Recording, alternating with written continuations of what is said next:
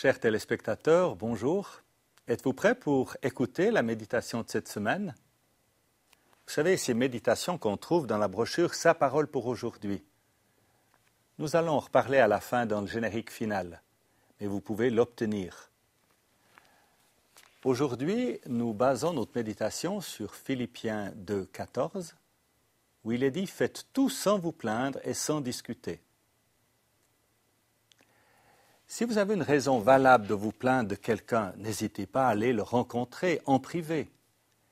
Fuyez surtout la tentation de parler à tort et à travers devant tout le monde cette situation.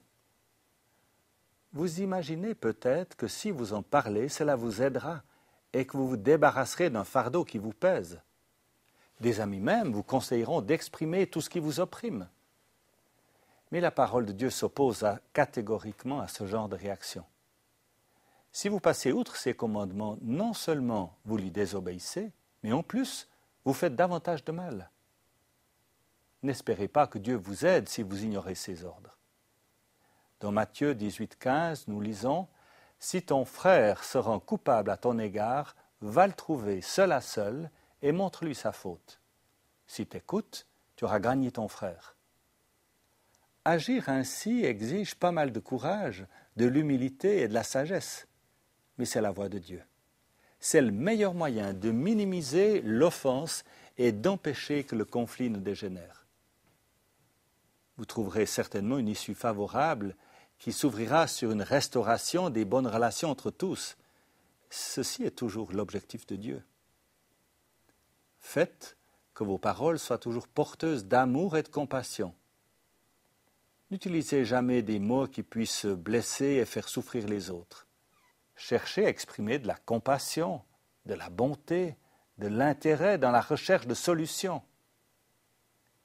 Évitez surtout de vous mettre en avant. La Bible nous dit, en proclamant la vérité avec amour, nous grandirons en tout vers le Christ. C'est ce que nous lisons dans Éphésiens 4, 15.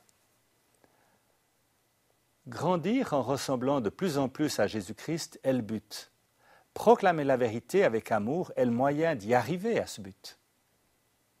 Dites à celui ou à celle qui vous a fait du mal, vous ne voulez pas l'humilier, ni vous venger, mais plutôt résoudre les différends qui vous ont opposés. Vous lui dites que vous voulez aussi restaurer de meilleures relations entre vous. Ceci en rendant gloire à Dieu. Au lieu d'en faire un adversaire à jamais, efforcez-vous de gagner un allié qui ensuite vous accompagnera dans une démarche certainement intéressante. Qu'elle soit pour chacun d'entre vous, c'est ce qui plaira à votre maître à tous les deux. Alors, bonne semaine, bonne démarche, et que vous soyez bénis par le Seigneur.